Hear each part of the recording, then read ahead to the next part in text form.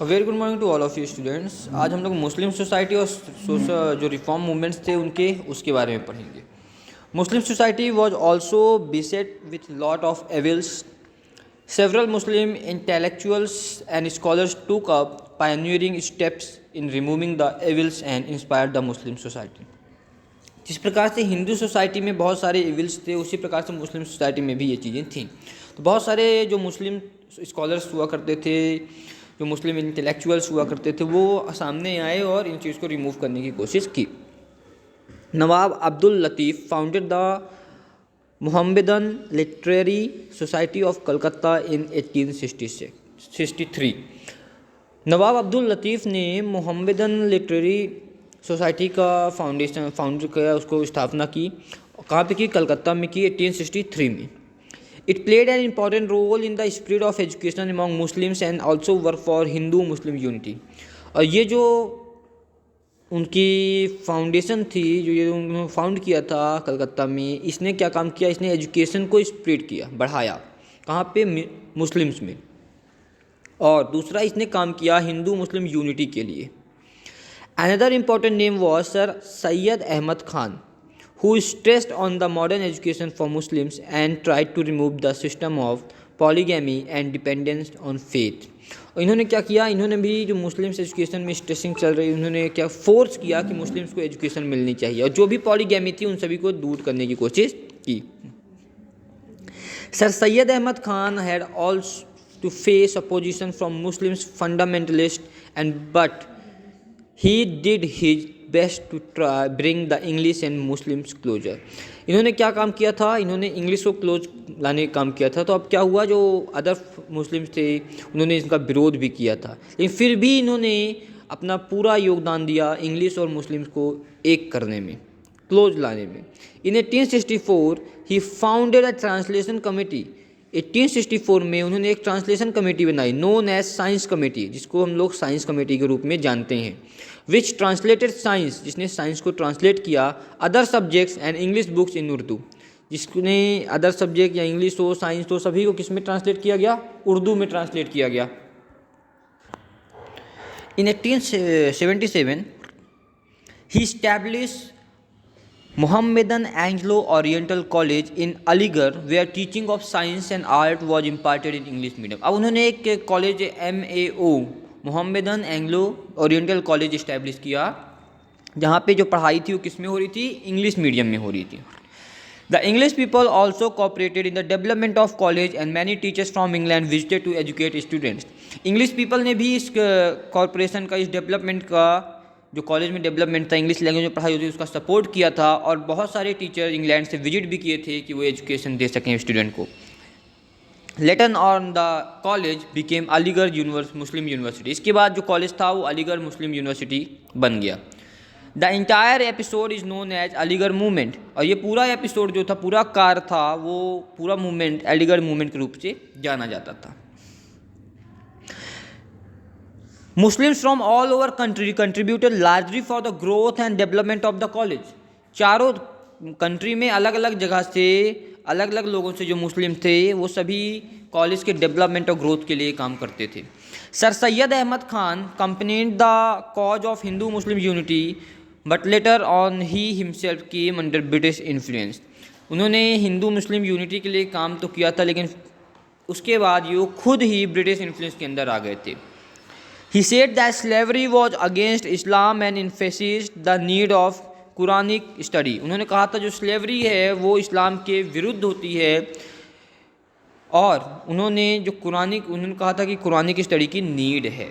He propagated his views before the society through तहजीब उल अलग Urdu journal. उन्होंने अपनी जो व्यूज़ थे उसे किसके थ्रू बताए थे सोसाइटी को? तहजीब उल अलग उर्दू जर्नल के थ्रू बताए थे। ओके स्टूडेंट्स, अब हम लोग बात करते हैं reform movements of Parsis and Sikhs. अब सिख, अभी तक हम लोगों ने हिंदू की बात कर ली, मुस्लिम की बात कर ली, अब पारसीज और सिख्स की बात करते हैं कि उनमें किस प्रकार से रिफॉर्म मूवमेंट्स हुए। Reform movements aiming at the eradication of social evils, some of which had become associated with religious practices, emancipation of women and spread of modern education permitted to other communities. जिस प्रकार से other communities में rewards हो रहे, जिस प्रकार social reforms हो रहे थे, उसी प्रकार से पारसीज और सिख्स में भी ये सोशल रिफॉर्म्स हो रहे थे। In 1851, the Parsis founded a religious reform union which aimed at restructuring the social conditions of Parsi society and re-established the pristine glory of Parsi religion. इसके बाद 1851 की अगर हम लोग बात करें, 1851 में जो पारसीज थे उन्होंने क्या किया था, रिलीजियस रिफॉर्म यूनियन बनाई थी।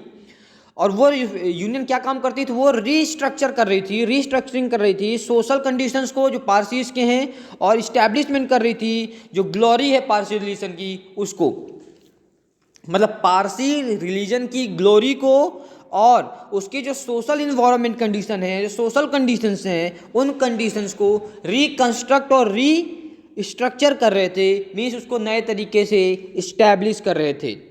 दादा भाई Naoroji and Naroji Furdonji were among the pioneers of religious and social reformers of Parsi community and brought out a general Rasht Guptar, and both played important role in the spread out education, particularly among girls.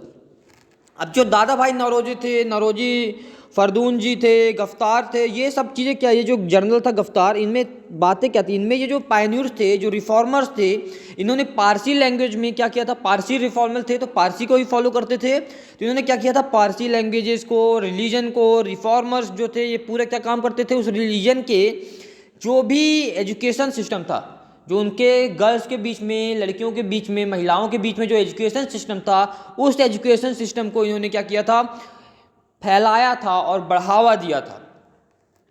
Inspired by the western education and reform movements, western education और reform movement से inspire होकर Sikhs also started efforts to bring changes in their society and community. Western education को देखते हुए और जो reform movement होते जा रहे थे अभी तक, जो सिख थे, सिख भी अब क्या काम करना चालू कर दिए, सिखों ने भी अपनी सोसाइटी और कम्युनिटी में चेंजेस लाना चालू कर दिया। दोनों ने क्या किया, चेंजेस लाना चालू किया। The gurdwaras were under the control of priest and mahant and they treated these as their own property. जो गुरुद्वारा हुआ करते थे उसमें, वो गुरुद्वारा में जो कंट्रोल था किसका था, प्राइस्ट और महंत का हुआ करता था, और ये अपने किस प्रकार से ट्रीट करते थे, इनको लगता था कि जो गुरुद्वारा है वो पब्लिक प्रॉपर्टी नहीं है, उनकी ओन प्रॉपर्टी है, वो इस प्रकार से ट्रीट करते थे लोगों के साथ। The movement was led by the Shiromani Gurdwara Prabandhak, जो प्रबंधक था शिरोमणि गुरुद्वारा प्रबंधक ने, कमेटी ने क्या किया, Akali Dal, aimed at handing over the control of the gurudwaras to the representatives of the Sikh community। उन्होंने क्या किया, एक मूवमेंट किया और उसमें क्या किया, जो कंट्रोल था गुरुद्वारा का वो सिख कम्युनिटी के जो रिप्रेजेंटेटिव होते थे उनको देने का एम बनाया था। The movement was led on peaceful lines and got people's support. जो मूवमेंट था वो बहुत ही पीसफुल लाइंस के साथ चल रहा था, मीन्स बहुत ही पीसफुली चल रहा था, और पीपल्स का सपोर्ट भी उसे बराबर मिलता जा रहा था। The mass efforts led to enactment of the law in 1925। जो बहुत ज़्यादा मास एफर्ट था, इनैक्टमेंट था लॉ का 1925 में, उसमें क्या हुआ, right of managing gurdwaras to the Shiromani Gurdwara Prabandhak committee. जो राइट थे गुरुद्वारा मैनेजमेंट के वो किसे दे दिए गए थे, शिरोमणि गुरुद्वारा प्रबंधक कमेटी को, मीन्स अधिकार दे दिए गए थे मैनेजमेंट का। Impact of reforms of Indian society, Indian society में इन सारे रिफॉर्म्स का, चाहे वो हिंदू रिफॉर्म्स हो, चाहे मुस्लिम रिफॉर्म हो, चाहे सिख हो, चाहे पारसी हो, कोई भी रिफॉर्म हो रहा हो, सारे रिफॉर्म्स के आखिर क्या इम्पैक्ट पड़े हमारे इंडियन सोसाइटी पे। The religious and social reforms started in 19th century in India had positive changes in every section of Indian society। जो रिलीजियस और सोशल रिफॉर्म्स थे जो 19th सेंचुरी में स्टार्ट हुए थे, उनमें बहुत सारे पॉजिटिव चेंजेज आए थे, जैसे कि एजुकेशन में, कल्चर में, पॉलिटिक्स में, सोशल में, रिलीजन में, और इकोनॉमिक चेंजेस भी आए थे। Rise in interest in the study of modern education, science and literature. Education, जो नई एजुकेशन सिस्टम था, साइंस थी, लिटरेचर था, इनमें जो इंटरेस्ट आ रहा था लोगों का, जो पढ़ते थे लोग, उसमें बढ़ोतरी होने लगी, बढ़ने लगे लोग, इसमें इंटरेस्ट दिखाने लगे। कॉलेज और स्कूल्स की संख्या बढ़ने लगी इंडिया में। जो वुमेन की कंडीशन थी, महिलाओं की जो कंडीशन थी, उसमें इम्प्रूवमेंट आने लगा। The evil practices of sati, child marriage and purdah system were on wane and improvement in education. जो ये प्रैक्टिसेस थी, कौन कौन सी, सती की, चाइल्ड मैरिज की, पर्दा सिस्टम, ये सब खत्म होने लगा और जो सोसाइटी है, एजुकेशन है, उसमें भी इम्प्रूवमेंट आने लगा। The move to return to Vedic study and cultural spirit provided the stability to the feeling for freedom and nationalism। जो वैदिक स्टडी की तरफ एक मूव किया गया था कि फिर से वैदिक स्टडी की तरफ चला जाए। जो कल्चरल स्पिरिट थी, उसने क्या किया था, जो फ्रीडम और नेशनलिज्म की फीलिंग थी, उसको स्टेबिलिटी दी थी। These reforms brought a new awakening in India, और ये सारे रिफॉर्म्स ने इंडिया में एक नई सुबह लाई थी। एंड क्रिएटेड कल्चरल अवेयरनेस, और कल्चरल अवेयरनेस, जागरूकता भी लाई थी। इसके बाद बच्चों हम लोग नेक्स्ट वीडियो में पढ़ेंगे development of education, literature, art and science, और जो भी रिफॉर्म्स थे, कल्चरल, लिटरेचर, आर्ट, ये सभी चीज़ों के बारे में पढ़ेंगे। ओके स्टूडेंट्स, इस पार्ट के लिए इतना ही था। Okay, thank you so much.